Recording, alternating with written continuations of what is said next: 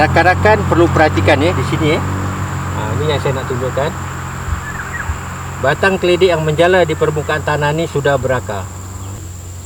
Dah berakar.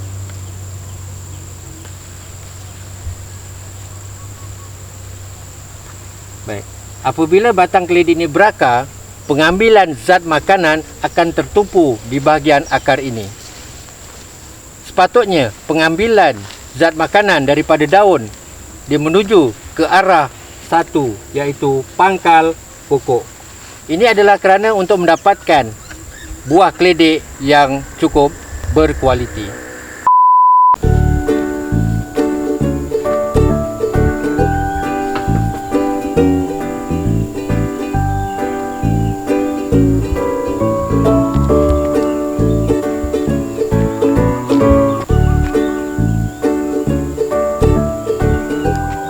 Assalamualaikum warahmatullahi wabarakatuh. Rakan-rakan, bertemu kembali dalam channel Family Agrotani. Diharap rakan-rakan semua sihat selalu bersama keluarga dan juga tanaman-tanaman di sekeliling rumah rakan-rakan. Pada kali ini, kita akan berkongsi bersama rakan-rakan kaedah penjagaan bagi tanaman keledek di dalam guni. Dan dalam masa yang sama, saya akan berkongsi dengan rakan-rakan mengutip hasil sampingan sementara menunggu keledek dalam guni mengeluarkan hasil. Rakan-rakan, sebelum saya mengutip hasil sampingan daripada penanaman keledek dalam guni, kita akan berkongsi beberapa tips penjagaan tanaman keledek dalam guni. Yang pertama, air. Air sangat diperlukan untuk tanaman keledek, khususnya di dalam guni. Ini adalah kerana pada faktor suhu. Jika suhu terlalu panas, air akan mudah kering. Jadi kita kena bekalkan air untuk mengekalkan kelembapan di dalam guni. Yang kedua adalah faktor pembajaan. Pembajaan perlu dilakukan ke atas pokok keledek dalam guni, khususnya peringkat pembesaran. Jadi di sini saya gunakan baja organik. Dan pada peringkat permulaan, saya dah juga gunakan baja organik dalam medium campuran. Seterusnya, langkah penjagaannya adalah faktor cahaya. Semua sayuran, tumbuhan memerlukan cahaya. Jadi, keledek di dalam guni perlukan pendedahan cahaya matahari yang penuh untuk menjalankan proses fotosintesis. Jadi di sini tanaman keledek dalam guni semua terdedah kepada cahaya matahari 100%.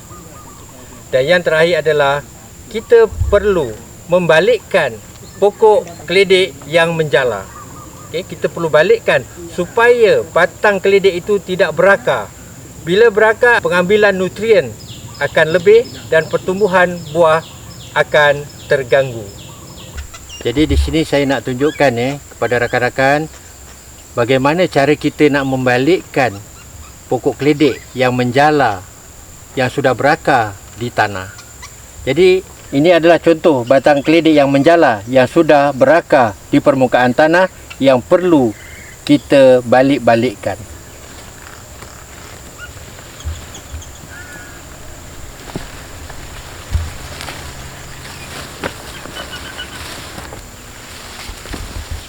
Ini adalah teknik membalik-balikkan supaya batang keledek tidak berakar.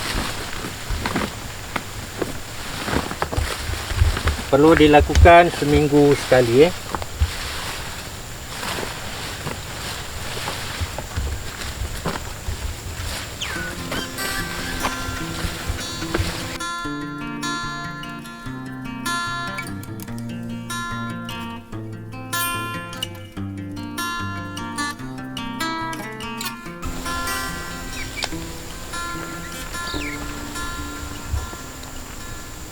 Rakan-rakan, itu adalah beberapa tips penjagaan tanaman keledek di dalam guni.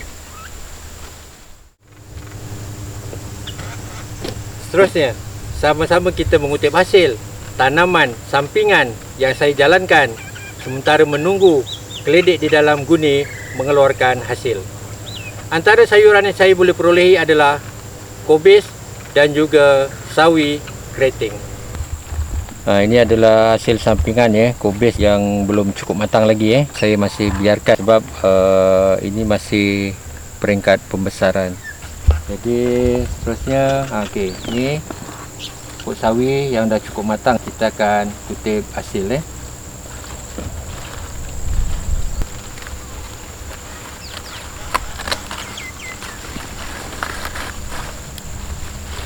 Tengok rakan-rakan, hasil sawi yang dah cukup matang.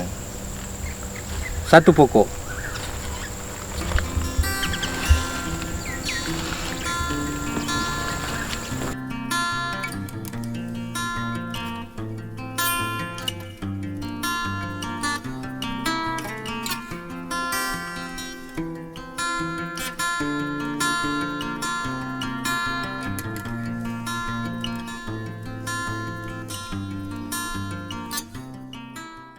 Baik rakan-rakan, inilah perkongsian yang saya dapat berkongsi dengan rakan-rakan pada kali ini, iaitu tips penjagaan keledek di dalam guni dan juga pengutipan hasil sampingan selepas 5 minggu penanaman.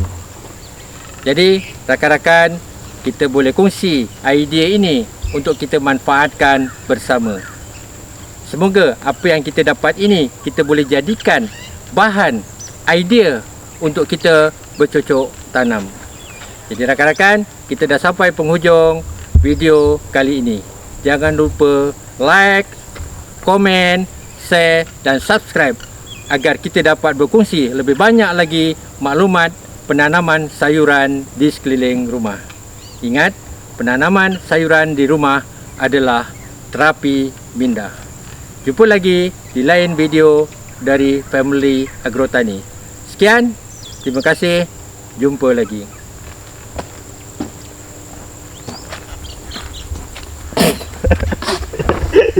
Có mà lên